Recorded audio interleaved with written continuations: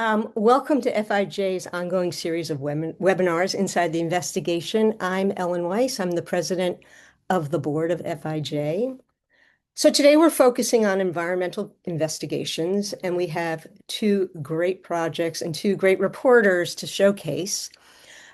Before we get to that, I want to spend a few minutes talking about FIJ grants and how you can be awarded up to $10,000 and maybe even more to support your investigation.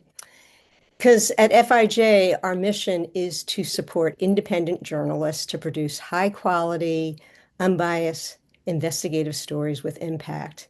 In other words, we want to give you money to help you do this work.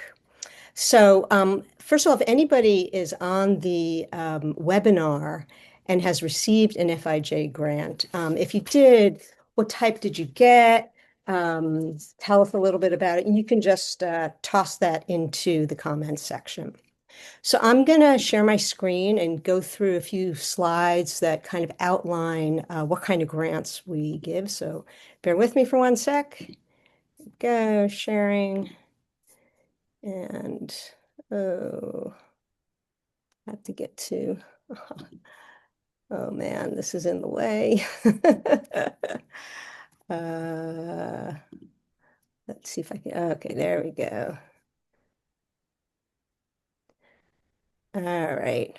So let's start with the different types of grants, right? We have regular grants, which are up to $10,000, and those are to cover expenses for investigative stories of any type, as long as they're in the U.S. Then we have seed grants. Those are up to $2,500, and that's for sort of the preliminary reporting where you're trying to figure out, do I have a story? Maybe you need some documents, maybe you need to interview a source. Once you receive a seed grant, if you feel like you've been able to make enough progress that you really know your story, then you can reapply for a regular grant after that early reporting is finished. And then we have follow-up grants. That's up to $2,500 because usually once you've finished a good story, there's probably another story that you want to do or a quick follow-up you want to do. And now we have something new. We have Alicia Patterson Fellowships. Last year, the Alicia Patterson Foundation came into FIJ. These grants are for in-depth reporting and storytelling. And those grants are up to $20,000 for 6 months and up to $40,000 for 12 months. We're going to be doing a webinar in August to introduce you to the Alicia Patterson Fellowships and give some guidance about how to apply for them, right? So a seed grant, like I said, it's up to $2,500 for preliminary reporting, open records, trips, some of the time that you might have to invest in reporting, right? We want to make sure that your time is covered. The application really wants to know, like, what's your idea? What's the sort of initial reporting you want to do? Maybe a short explanation of what the grant will cover, and do a scan. Figure out, has this issue been covered before? And how you think your story will advance what we know or will bring something new to the topic. What you don't need for a seed grant is kind of a long list of initial findings or a commitment letter. You just kind of need a strong reason to believe that, there's actually a story there. The regular grant applications are a little bit more in depth. You've done the initial reporting, right? And so you have a much clearer idea of what makes this an investigative project, right? You're trying to uncover something where there's some accountability, where harm has been done. You're uncovering something new that hasn't been reported for, right?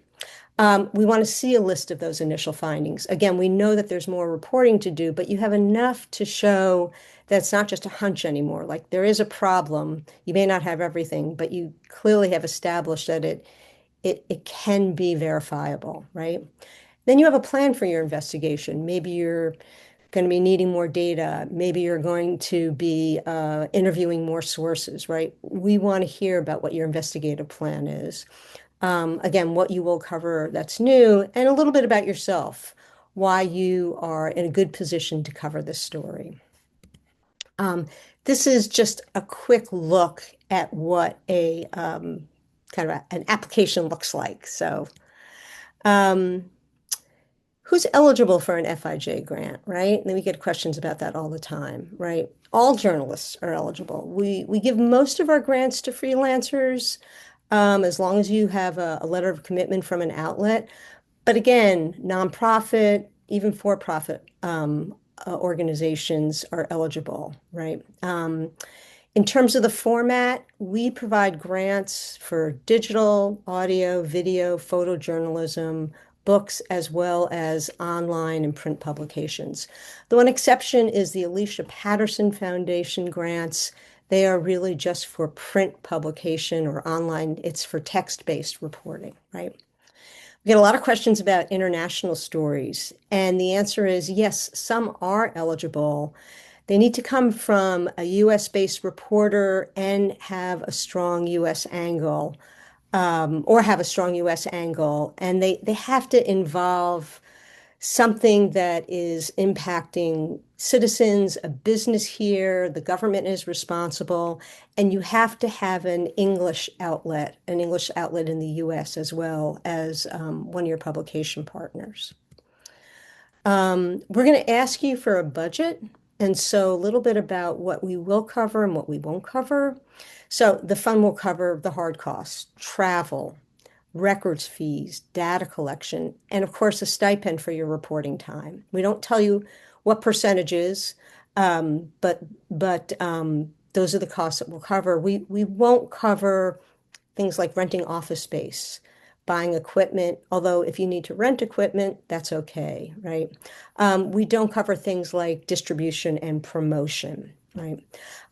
All of this you can download online at our website, and again, it'll give you a template. So the next deadlines, the nice thing is they're a little bit far away, so you have some time. Monday, September 14th for both the regular grants and the seed grants. And then the Alicia Patterson Fellowships are on October 1st.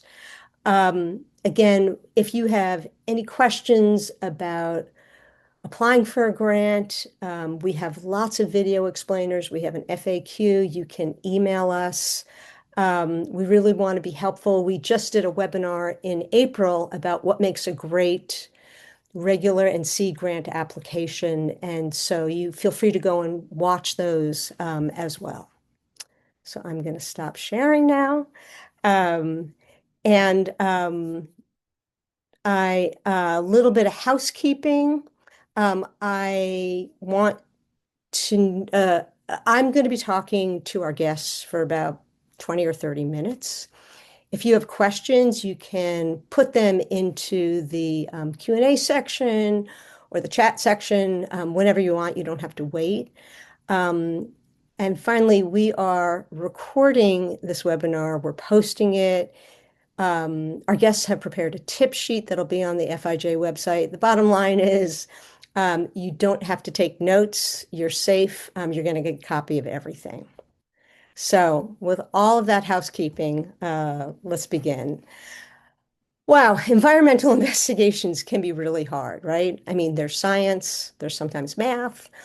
Problems can be really hard to detect or really expensive to detect. There may or may not be data. It may or may not be accessible. There's often really complicated layers of regulations, sometimes at both the state and the federal level. And these problems may have gone on and on and on for years. And so when it comes to our two stories today, the reporters faced all of those challenges.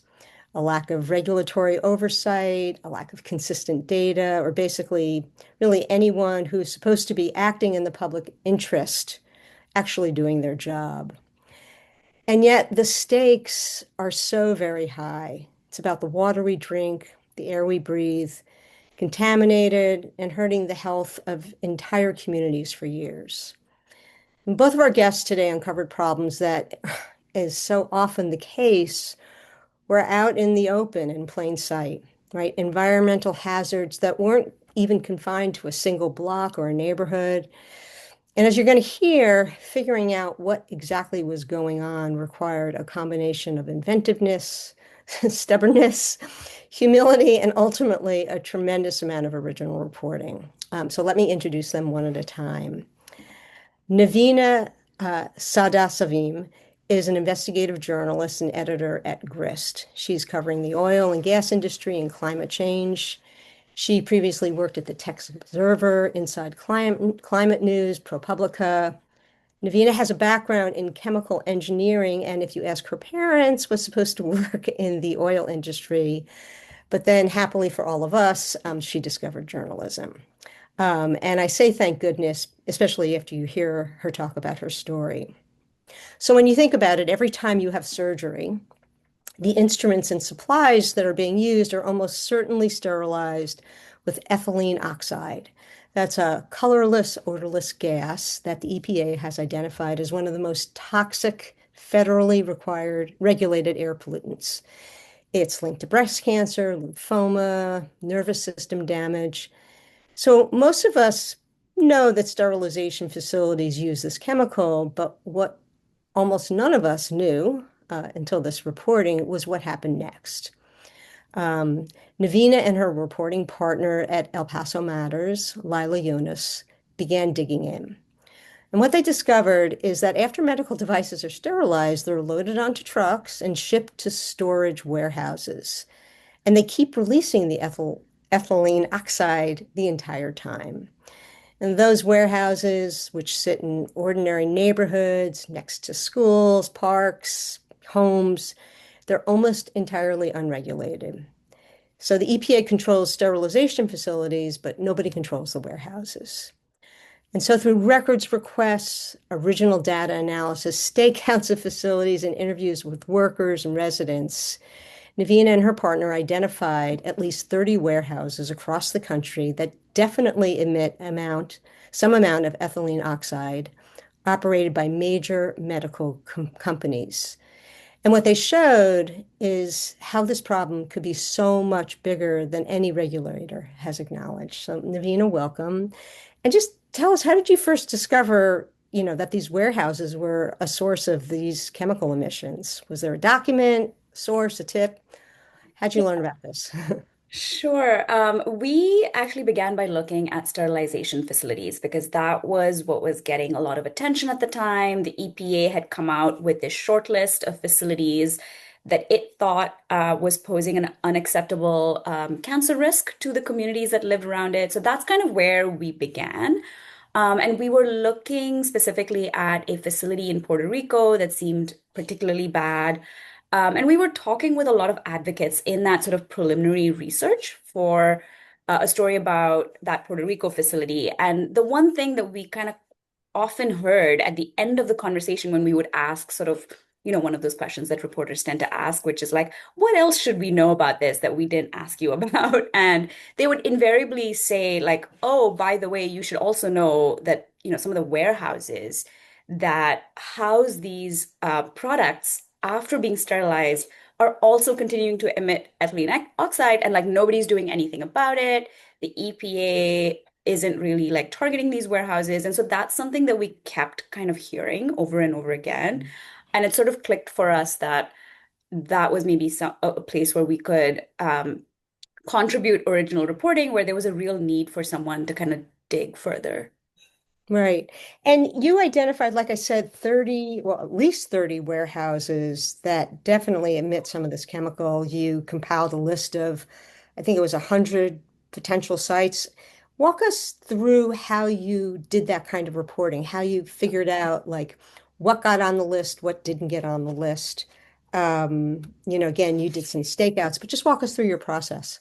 Yeah, it was really tricky, and there was a lot of trial and error in that process. And we documented some of it in a post so that if anybody else decided to kind of like dig into this further, that our methods were kind of out there and people knew what we had done.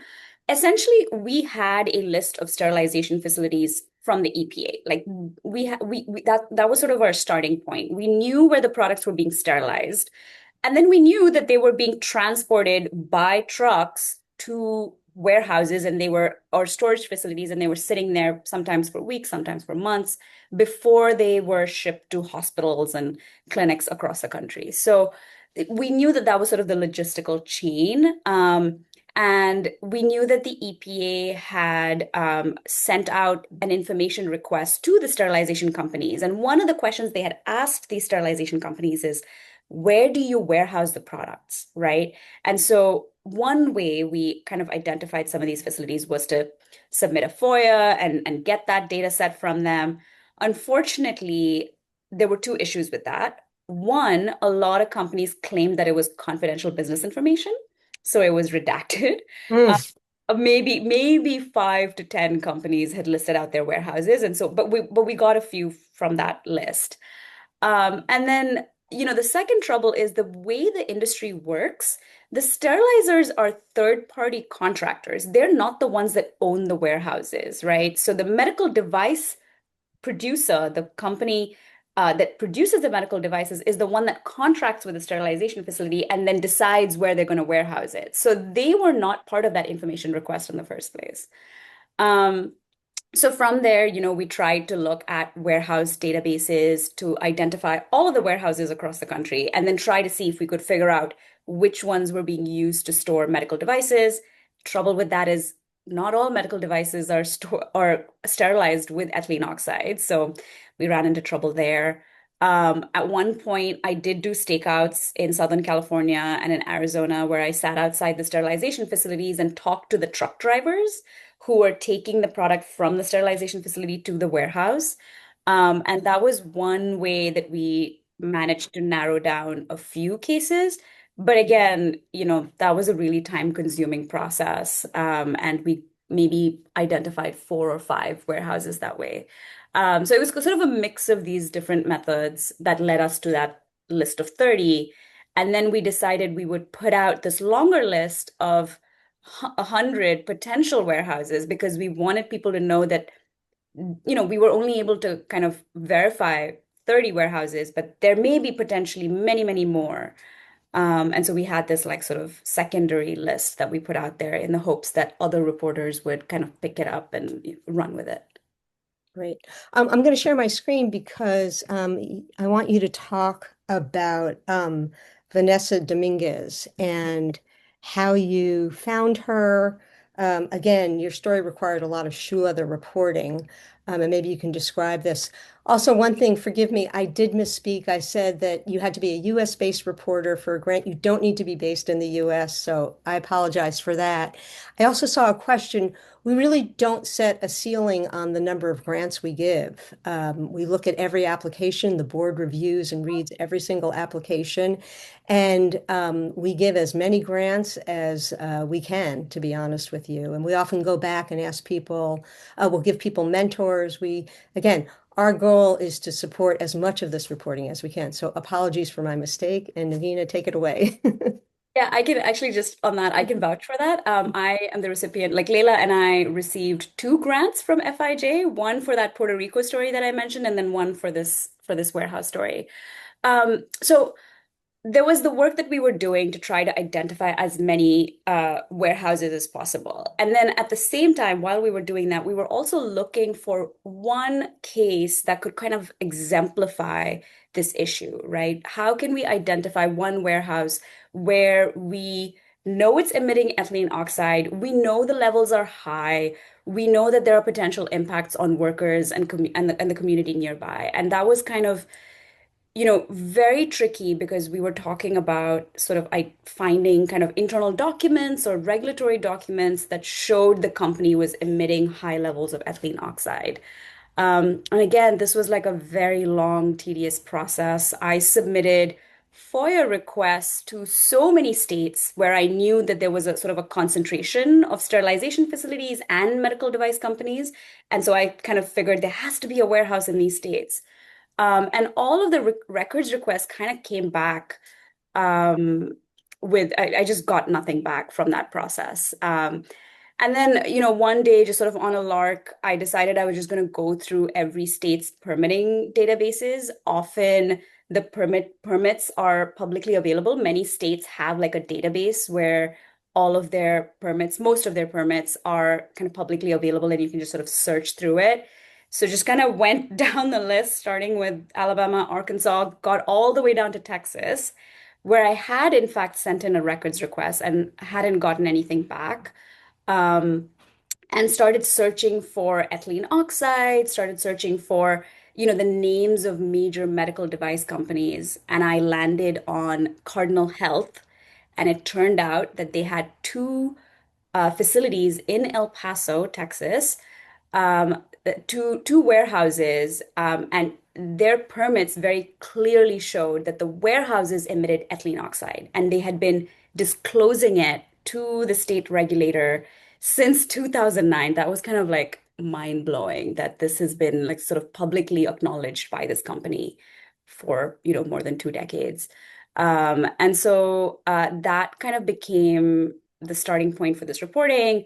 We went down to El Paso, and we started trying to talk to residents. As you can see from this photo, the residents live very close to the facility. Literally, their backyards are abutting the warehouse. And so we were, knocking on doors, trying to talk to people. And we came across Vanessa Dominguez. She was, I think, taking her daughter to a soccer game, soccer practice. But then we sort of like very quickly made an introduction. She gave us her phone number and we followed up with her and she kind of told us about all of these various health issues that she was having, her kids were having after moving into this house. It was, she was renting, and she just couldn't figure out like what was going on. And when we told her about, the facility in her backyard, she had not thought about it at all because, warehouses kind of look like nondescript buildings. You hear at most, maybe that, oh, okay, they store medical devices, but you don't really think too much about it. And in this case, she ended up being very concerned and like asked us to sort of explain the health risks that come with ethylene oxide exposure. Yeah. Tell us what we're looking at here. Is this from the independent air monitoring analysis that you had to commission? And tell us Yes. a little bit, about what that process involved, because this is one of those times where you kind of had to create your own data to sort of understand what was going on. Totally.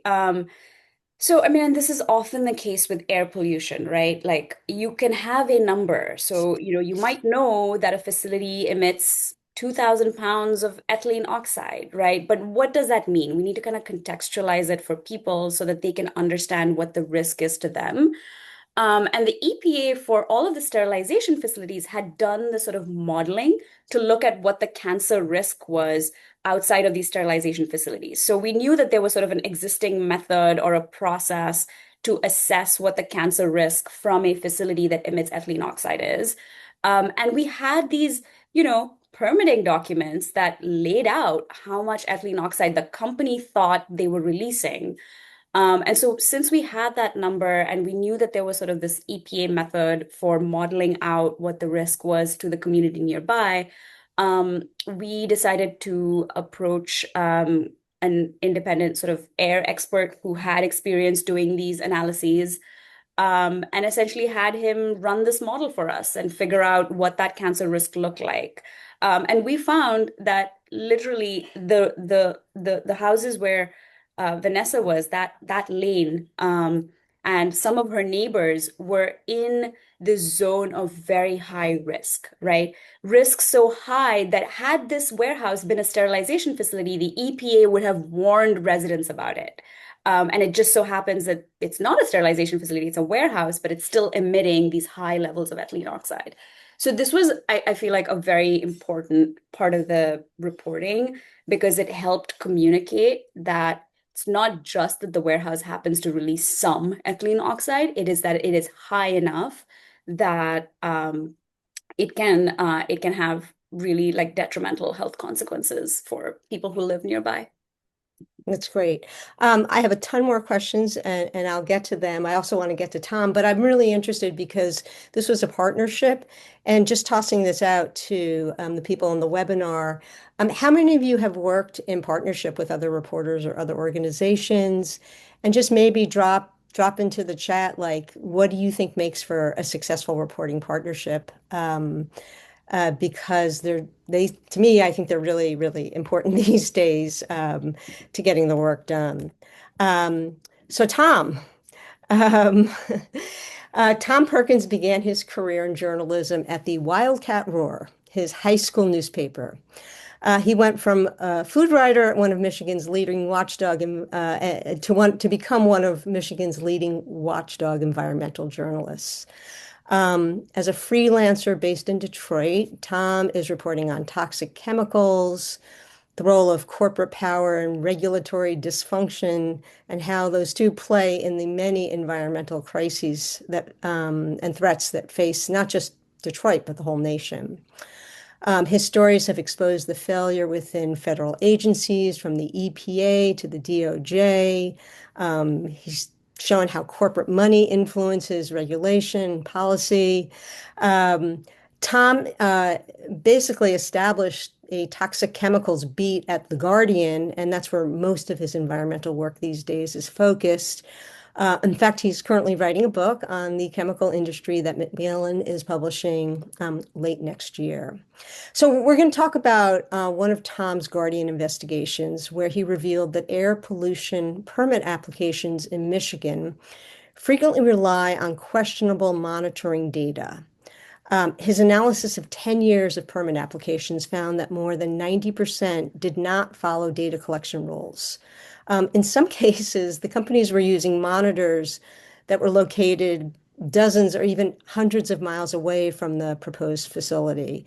So what that meant was the polluted areas appear a lot cleaner than they are, and it allowed factories to win permits without really providing a realistic picture of the harm that they could be causing.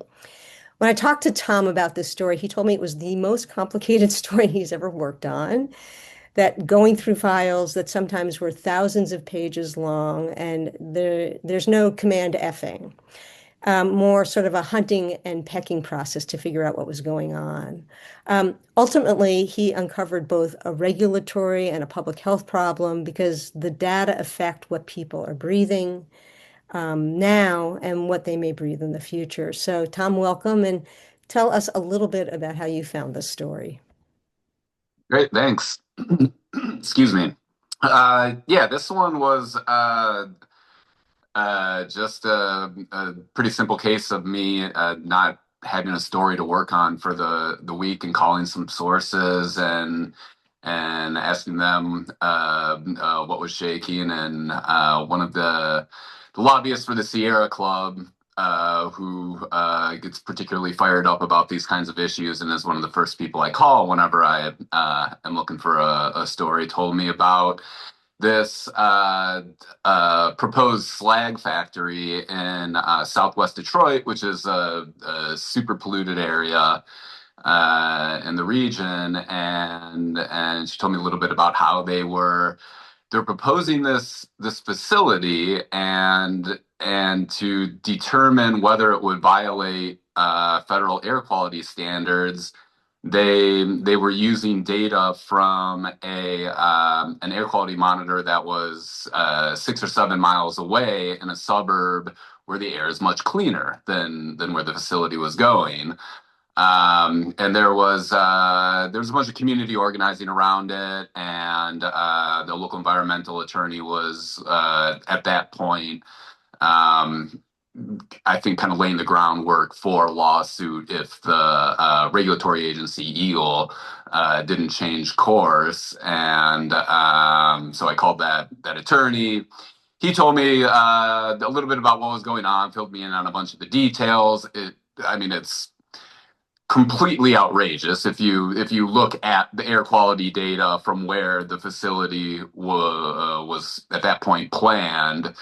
It absolutely violated the standards. It exceeded the limits. But then when you use the data from the monitor that's further away, presto, there's no violation.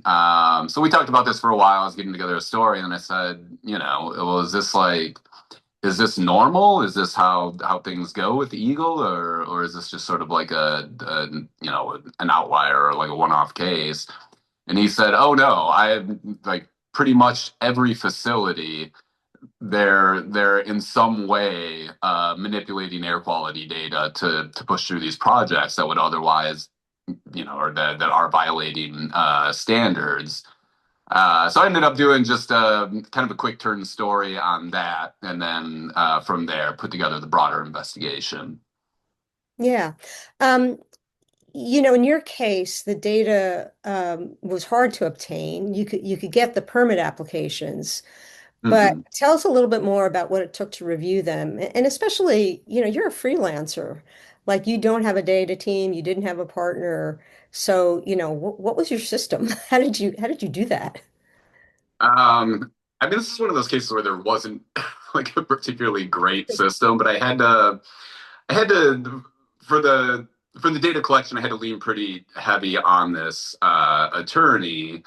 And, in these kind of situations, you have to be careful about like bias, is he's got an agenda, he's on one side of the issue, but the data is really black and white. And there was no, even later, like once I ran the findings and everything past the regulators, nobody disputed what he had found. But I leaned on him pretty heavy. He showed me how to go through these thousands of pages, and you basically like got to start at one point in each of them, and then if they do X right there, then you go to Z. But if they do Y right there, then you go to B, and you just sort of follow your way through these documents depending on what each company did in their data collection.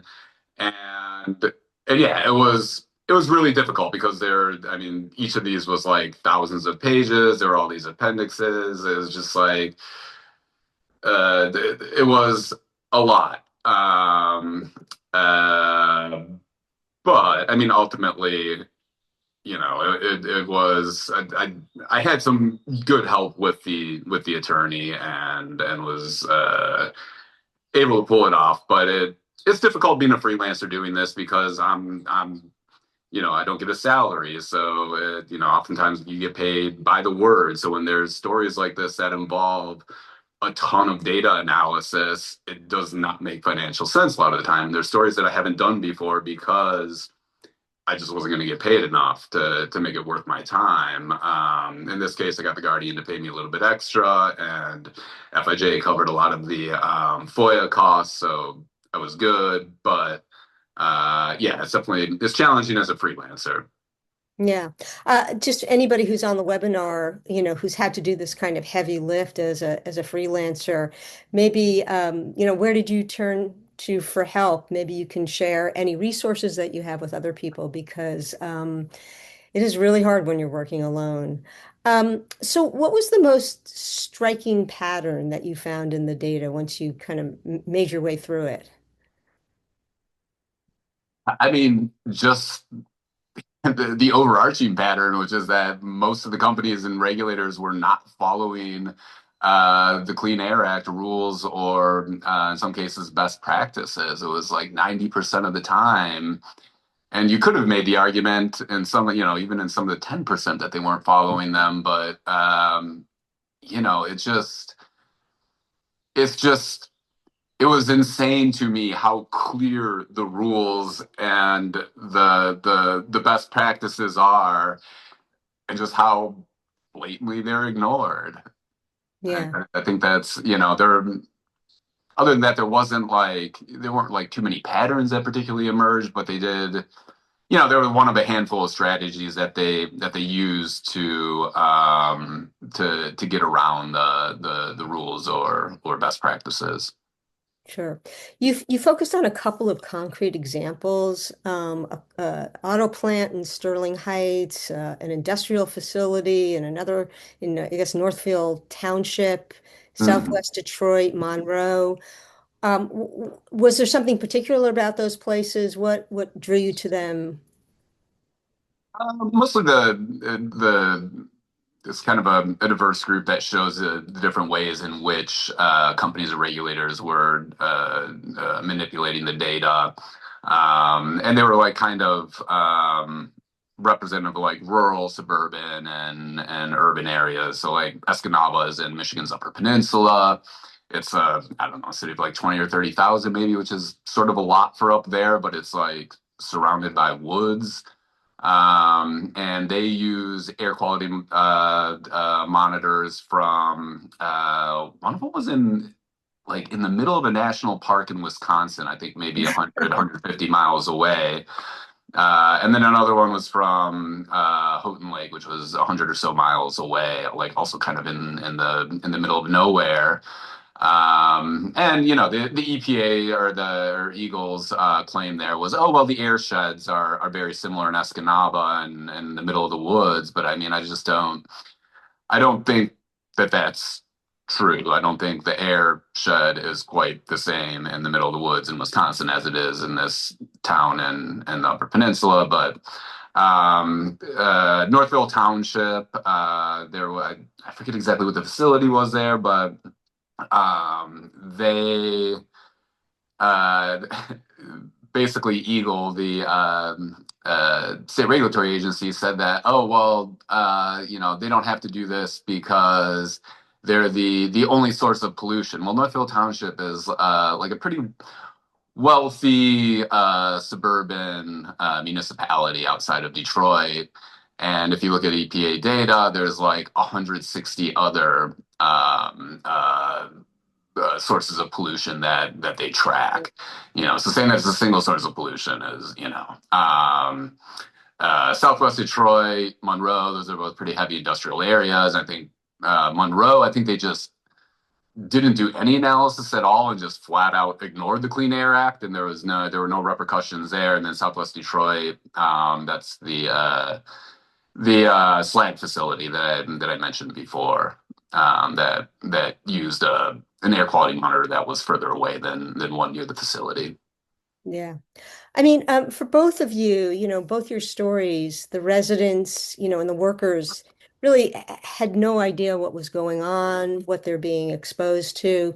Navina, I know that you published a public guide in both English and Spanish, kind of explaining the risks and what the communities could do. But I wonder for both of you, what was the response to your reporting from residents, from the companies, from government officials? Let me talk a little bit about that. Okay, I can go first. uh, yeah, the response was pretty great. We made a concerted effort to publish with El Paso Matters so that, you know, the people in El Paso, you know, where these facilities were located, actually, you know, got the information that they needed. We also, as you said, like published these more in-depth guides that were sort of easier to kind of read and understand. You know, our story packs a lot in, and for like someone who has some basic questions about like what are the risks of being exposed to ethylene oxide, like just to kind of like lay things out in a more digestible format, we had this guide. After the story published, we heard from several workers, none of whom wanted to be named. We heard from current and former workers, and you know, it actually led to a follow-up story with one of the former workers. Um, so that was really great. We had requests for that guide. We had people writing in asking us questions about like, hey, what does this really mean for me? So, you know, there was that kind of feedback. And then a congresswoman in El Paso, Congresswoman Veronica Escobar, became interested, and she sort of reached out to Cardinal Health. I know her staff had meetings with, um, you know, some of the folks at Cardinal Health, and then she ultimately sort of put out a press release saying like, you know, we're watching Cardinal Health and we've asked the company all of these different questions. And so it was good to know that there were sort of local officials, yeah, just keeping an eye on the company. So yeah, that was the response. Right. How about you, Tom?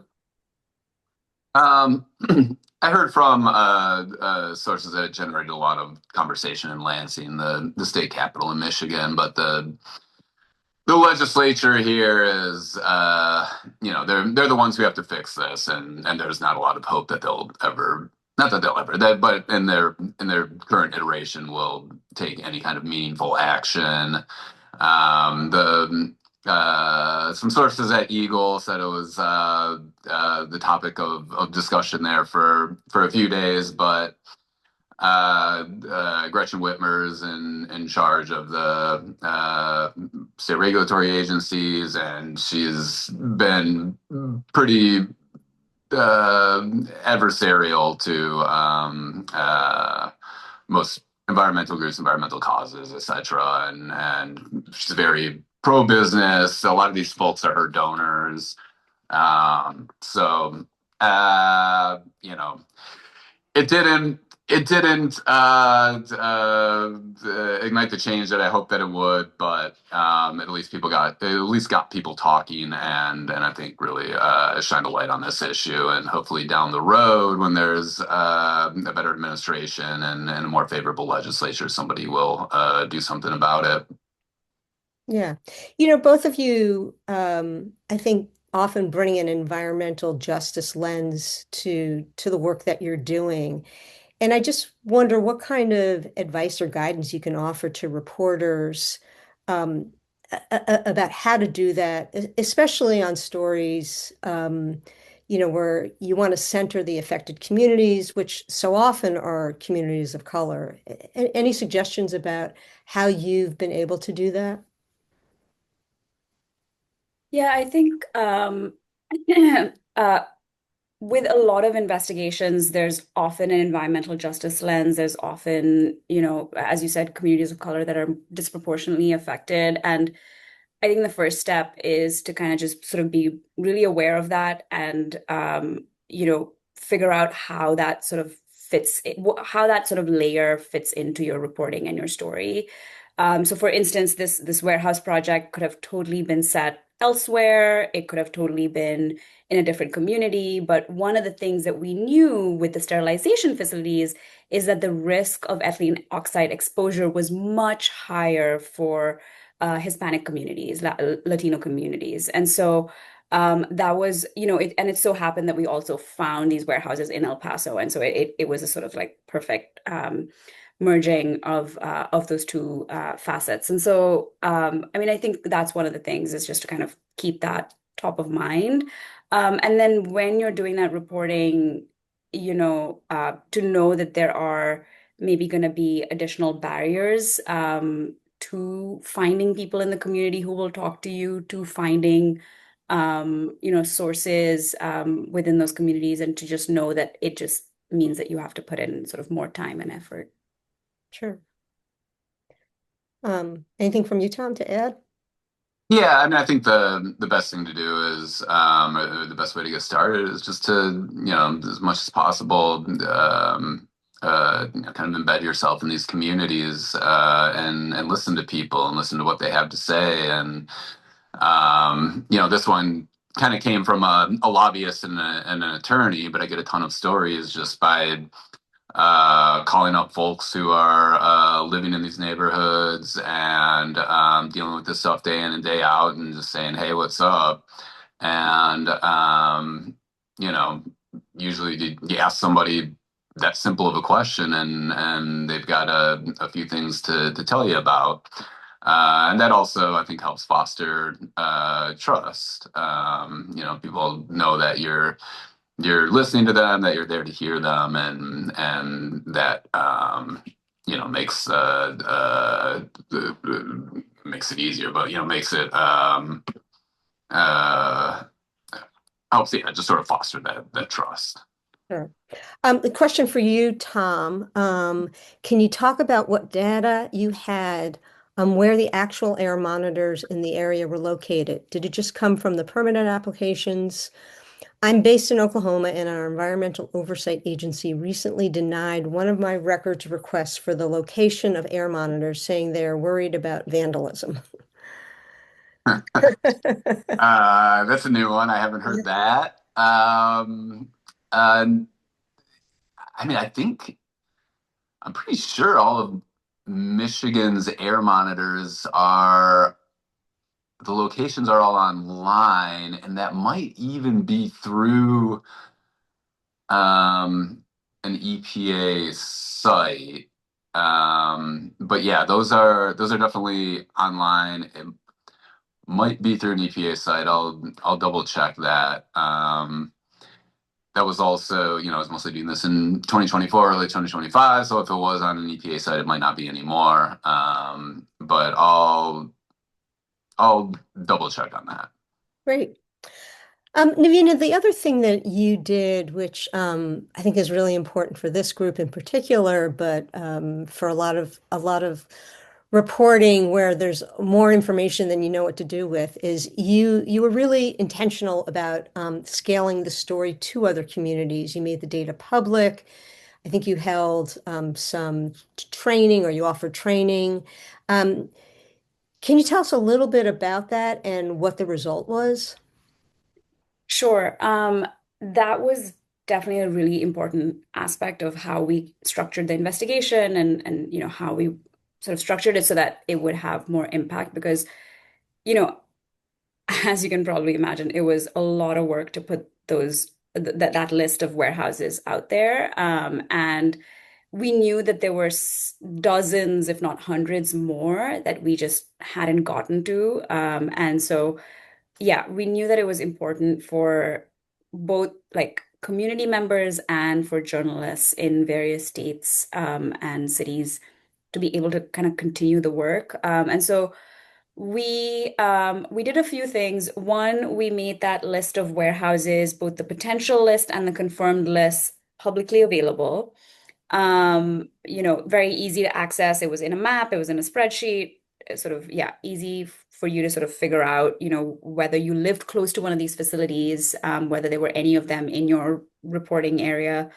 And then we also published a guide or a post that sort of laid out our reporting steps so that people could recreate the investigation in their own communities, and also learn some of the lessons that we learned by doing this work so that people didn't have to kind of reinvent everything and start from scratch. And we also held a training webinar with community advocates, kind of just sort of letting them know what we had found, and letting them know that we're available to answer questions should they kind of pursue the sort of investigation in their own communities. And the results were amazing. We had a reporter in North Carolina who looked into this. She worked in broadcast television for WRAL, if I remember correctly. And she produced a whole story, a 5-7 minute segment on these facilities in North Carolina. She talked to residents nearby. She contacted the company. And so, yeah, it was amazing to see that. And a few other reporters in California as well kind of started digging into some of the facilities in Southern California.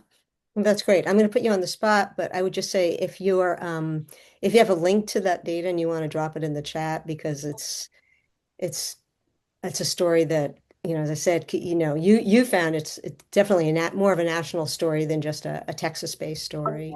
Definitely, yeah, I will drop Yeah. that in the chat.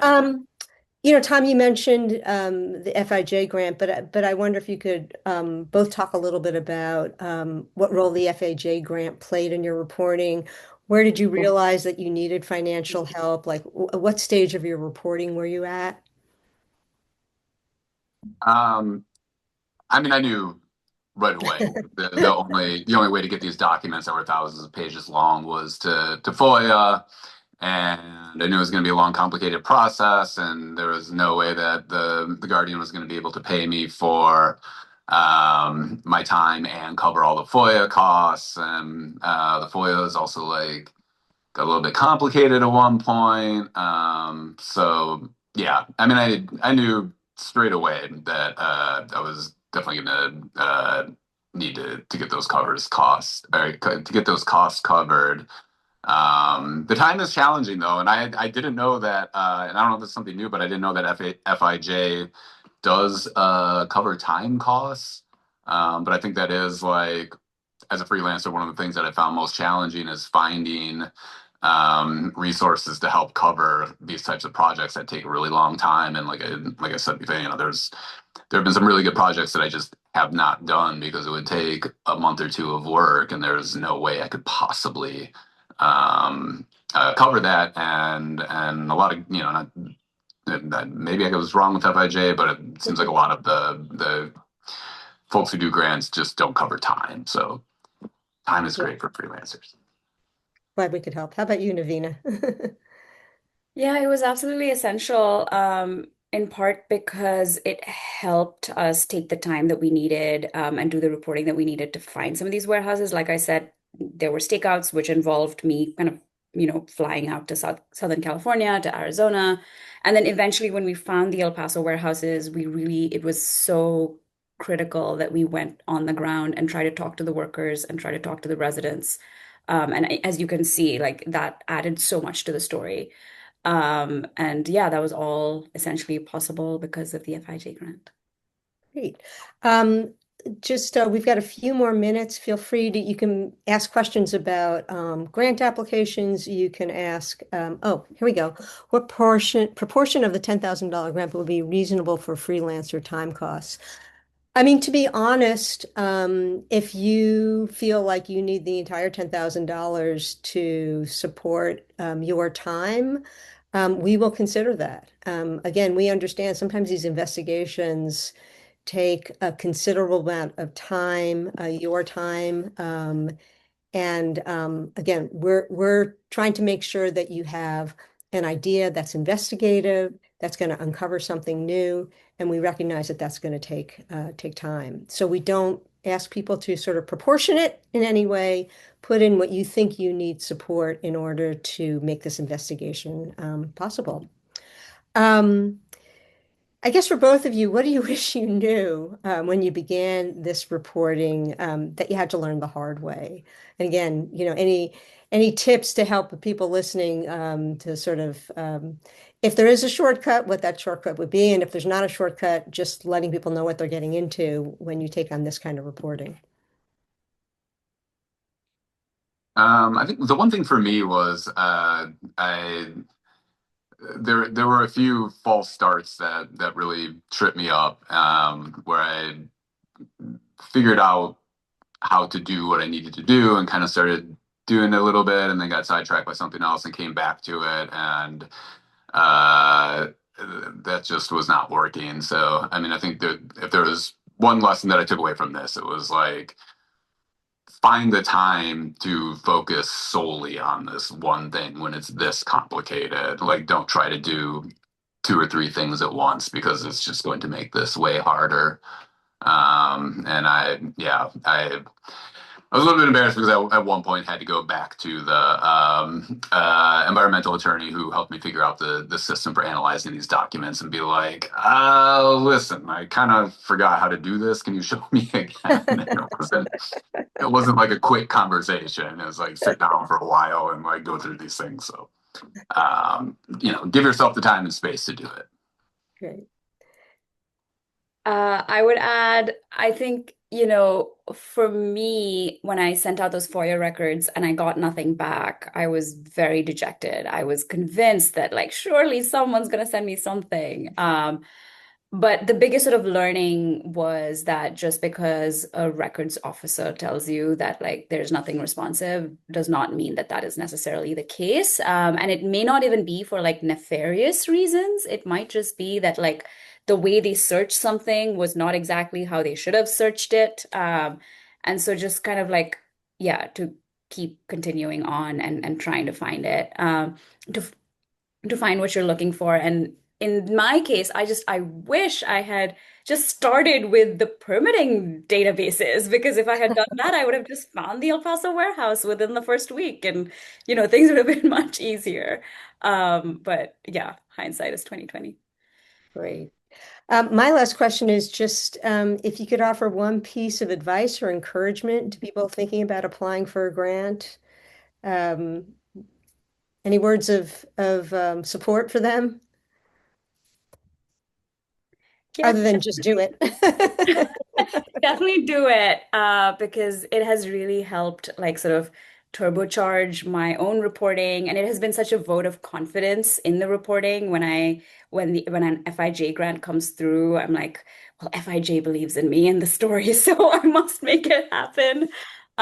So yeah, definitely, try. And I will also say, just remember that investigative journalism often is just like a big emotional roller coaster, right? Like you have the wins and then you're like, where is this going? And then, there's just sort of like a lot of highs and lows, and to just know that that's part of the process, and, just sort of stick with it.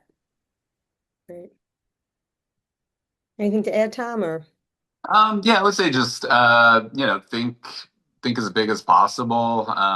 If you come across something that seems like it's incredibly difficult or impossible to do, still go for it. But then, if you're trying to get if you're trying to get a grant to fund it, make sure that you can clearly state the issue and what you're trying to do in a digestible sentence or two, because I've definitely aimed high and thought big before and sent out pitches that were just like kind of unfocused and trying to capture everything at once, and it didn't work out. So just make sure you're clearly conveying the big idea as well.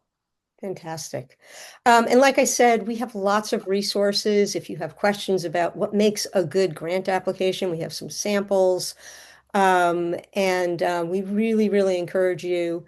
The other thing is that if you get a seed grant and you're able to make progress, you don't even have to wait for sort of the cycle of applying for a regular grant. If you've established it's a story, you can come back to us as soon as you feel like you've got enough to move forward. So we get the idea that you have momentum, and you probably don't want to wait 4 months for like, oh, that's the next grant cycle.